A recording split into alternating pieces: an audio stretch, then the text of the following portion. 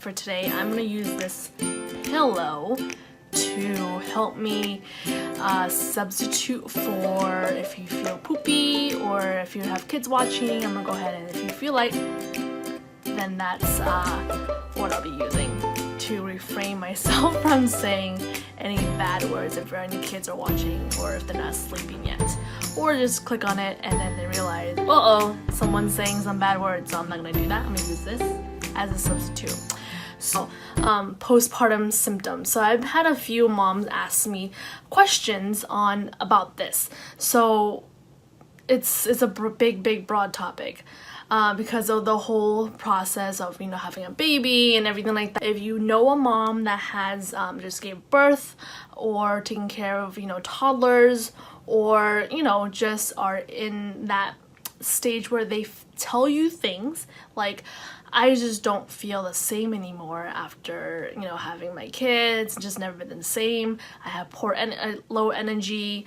I'm like lethargic and certain things like that. Go ahead and share that with them below. I'm gonna go ahead and give some great stuff to know if you still have it, the postpartum symptoms, and what to do about it. Very simple things. So I'm gonna go ahead and talk about that. So let's see here. Yeah.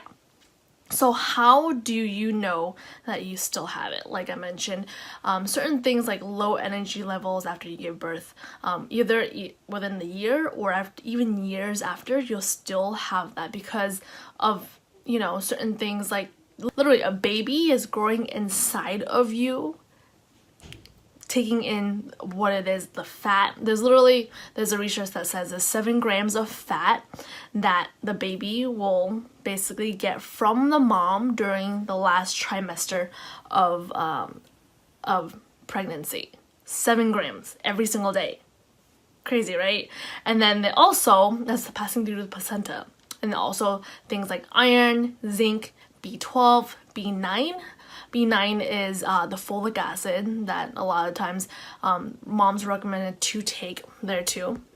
So folic acid, iodine, selenium, omegas, all those different things are taken, or not necessarily say taken, let's be a little nicer, are literally given to the baby to thrive during that 10 months of pregnancy, right? To grow the baby. And so no wonder mom is tired. No wonder, mom needs that nutrition, that recovery afterwards. And so a lot of times when you know of any certain cultures, like I've recently heard the Indian culture, and also really big is the Asian culture. A lot of times is that afterwards, about a couple months or at least a month, there's someone in your house or aunt or grandma, whoever it is, that takes care of the mom to basically cook all these different dishes of foods to make sure that the mom is replenished back. So a lot of times in the Western culture in the United States, I don't really see that much happening. I just kind of see more of the things along the line of everything's all for, oh yes, pregnancy is happening, and then afterwards it's more like, okay, now the baby. But what about the mom, right? The mom and the dad both together needs to be in that tip-top shape in order to raise the child, right? And so that's the reason why it's very important to make sure that not only we take care of the postpartum aspect of after birth, but also preconception, because when you're full of those nutrients before birth, making sure that you're basically, if you want to think of it as like a stuffing of a stocking, you want to stuff as much nutrition in the mom throughout, so when the baby is born, the mom still has that nutrition for herself. And so there's another aspect of where, how do you know that I have postpartum issues? Certain things like I don't feel that energy level I used to have, right? And so there's another book actually, an author from Australia mentioned that the mom's brain shrinks about 5% in the prenatal period to support the baby's growth. And literally the brain is fat, right? And so in a sense, it's re-engineering the mom at that state to that parenthood. So a lot of times when you feel like this is the reason why, and there is a cure, right? There is a way to help the mom not feel like, right? And so of course we want to help our moms, and how do we do that, right? And before I kind of give out the tips on simple tips on what to do and how to do that, we want to kind of get an idea, foundation, what that means. And so there's certain things like when the mom gives birth, or actually the first 5 years of the mom raising the baby with the dad, obviously, or the spouse, you're almost in a sympathetic state, like that fight or flight. So if you're thinking of things like, oh, I hear the baby crying, like, oh, did the baby eat? Oh no, did he or she sleep? All these different things, it's like alert mode, crazy alert mode, right?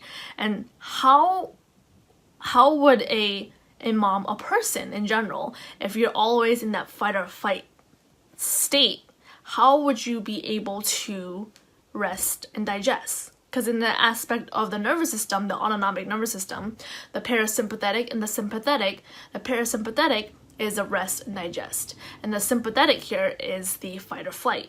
And so when you're always in that alert mode, oh no, the baby is crying, oh no, the baby needs to do this, oh no, the baby needs to do that, when is it a time for your body to rest and digest? Not much there, right?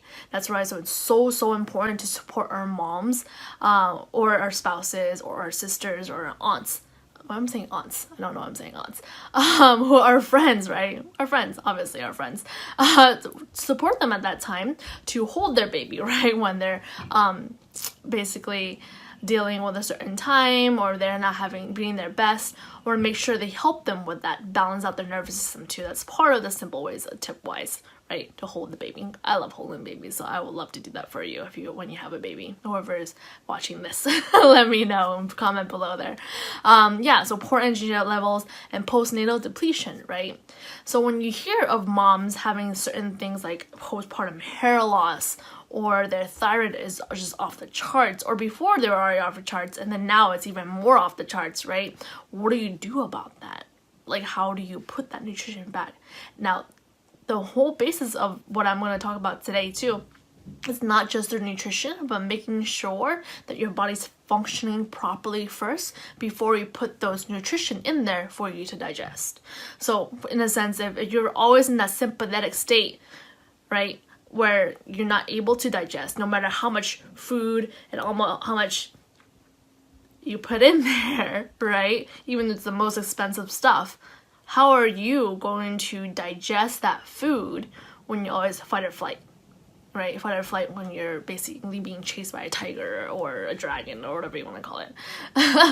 And so 3 simple tips that I'm going to help you for making sure that you balance that nervous system is the most simplest way, the freest way. If you want free stuff, this is the tip here. Free stuff here, right, is to have a gratitude journal or a gratitude board.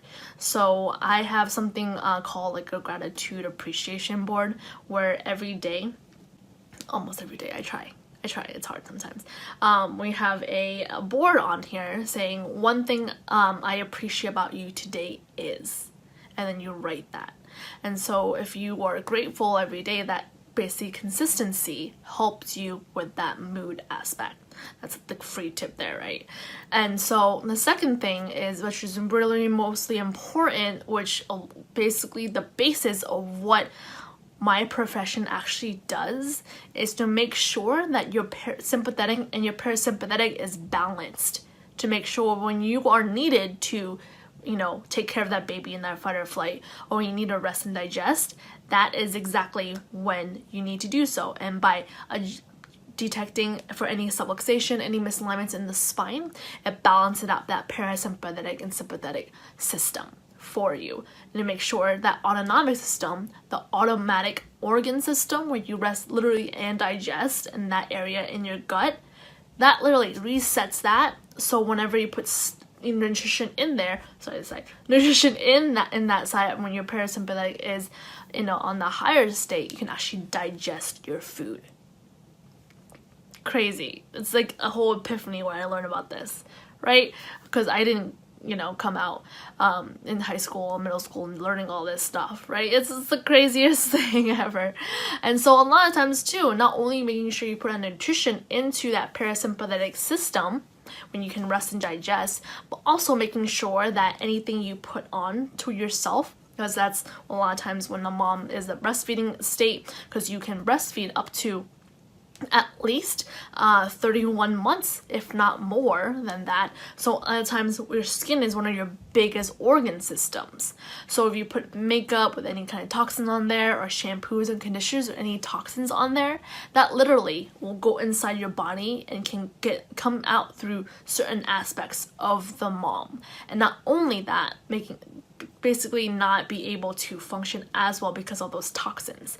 Literally, some of these toxins are even endocrine disruptors. So it's very, very important making sure you have that toxin-free makeup and that shampoo and conditioner, whatever you use for hair, to still be pretty, right? You don't want to just be like whatever for 5 years or 10 years. Yeah, you want to make sure you're using the most non-toxic things for yourself. And so also, if you're, like I mentioned before earlier in this video, if you're a mom, go ahead and tag yourself below. Or if you know other moms that need to hear this message, go ahead and tag them below. Or if you're wondering, how do I know, because this is like a whole big bunch of information, because last thing I want to do is overwhelm you or any one of your friends or whoever's watching this of, oh my gosh, I am having a baby, or oh my gosh, I just had a baby, now what do I do? So that's the reason why I started this Facebook group, to make sure that it takes very, very simple steps with a foundation on each one to make sure you know what to do, how to implement these simple things. Because sometimes these simple things in a consistent basis, it makes so much of a difference. And I will go ahead and tag that below in my Facebook group.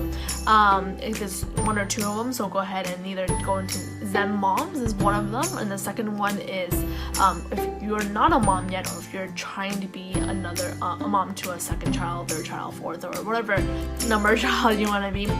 The other group is called Everything Holistic and a Baby. So go ahead and tag that below, and I'd love to hear any questions, any other things that you may have. And thanks for listening. Have a happy Mid-Autumn Festival Mooncake Day.